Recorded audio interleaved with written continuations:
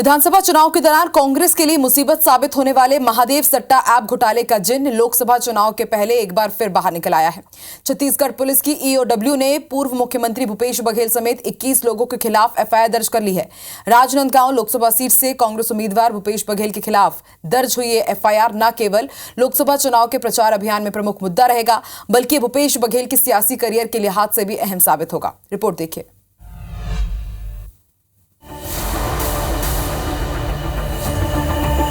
अपने फोन पर 508 करोड़ लिखिए, 508 इतना लिखिए और तुरंत आपका मोबाइल बोलेगा महादेव सट्टेबाजी घोटाला। भ्रष्टाचार की गारंटी है तो मोदी भ्रष्टाचार पर कार्रवाई की गारंटी है। और प्रधानमंत्री नरेंद्र मोदी की एक और गारंटी को छत्तीसगढ़ की भाजपा सरकार ने पूरा कर लिया। महादेव सट्टा ऐप केस में छत्तीसगढ़ पुलिस की ईओडब्ल्यू यानी आर्थिक अनुसंधान शाखा ने पूर्व मुख्यमंत्री भूपेश बघेल समेत 21 आरोपियों पर एफआईआर दर्ज कर ली है। ये एफआईआर ईडी की ओर से दाखिल की गई चार्जशीट के आधार पर दर्ज की गई है।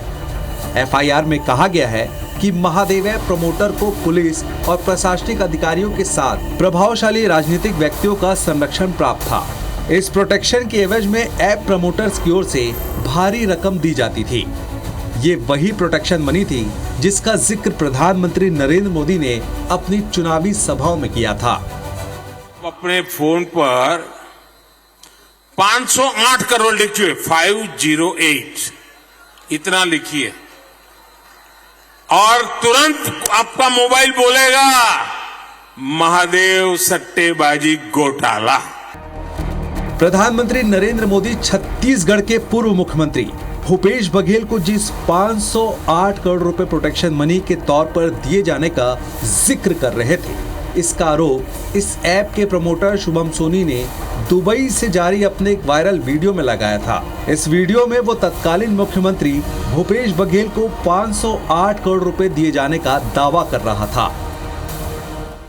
जैसा कि मेरा मीटिंग हुआ था सीएम साहब से, तो उन्होंने बोला था कि दुबई जाओ, अपना काम बढ़ाओ और वहाँ मीटिंग करो जाके। तो मैं गया और मीटिंग भी हुआ मेरा कई लोगों से। तो 2 लोग के साथ मेरा यहाँ बिजनेस भी सेट हो गया और अच्छा खासा काम भी बढ़ने लगा, सब कुछ ओके चलने लगा। जैसा सीएम साहब बोले थे सब बढ़िया हो गया। जब मेरा मीटिंग हुआ उसके बाद से मैंने अब तक 508 करोड़ रुपए दे चुका है। हमारे बघेल साहब, बिट्टू भैया और उनके जो लोग हैं उनको मैंने 508 करोड़ रुपए दिया है।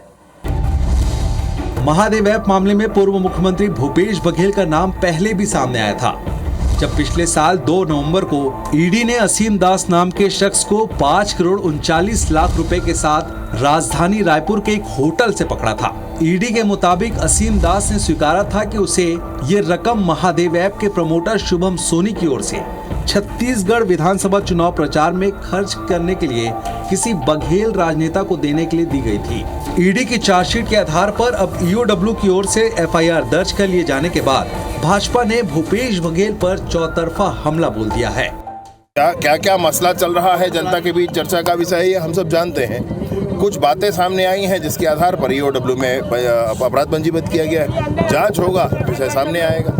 बहुत विस्तृत जांच महादेव ऐप के विषय में किया है और ईडी के इन्वेस्टिगेशन के आधार पर ये एफआईआर हुआ है। तो जैसा करेगा वैसा भरेगा। आने वाला समय बताएगा, जांच शुरू होगी और जांच के बाद में जो भी दोषी पाया जाएगा उनके खिलाफ में कार्रवाई होगी। चूंकि भूपेश बघेल पर एफआईआर लोकसभा चुनाव से पहले दर्ज हुई है और वो राजनांदगांव लोकसभा से कांग्रेस उम्मीदवार हैं, लिहाजा खुद भूपेश बघेल और बाकी कांग्रेस नेता भी इसकी टाइमिंग पर सवाल उठा रहे हैं।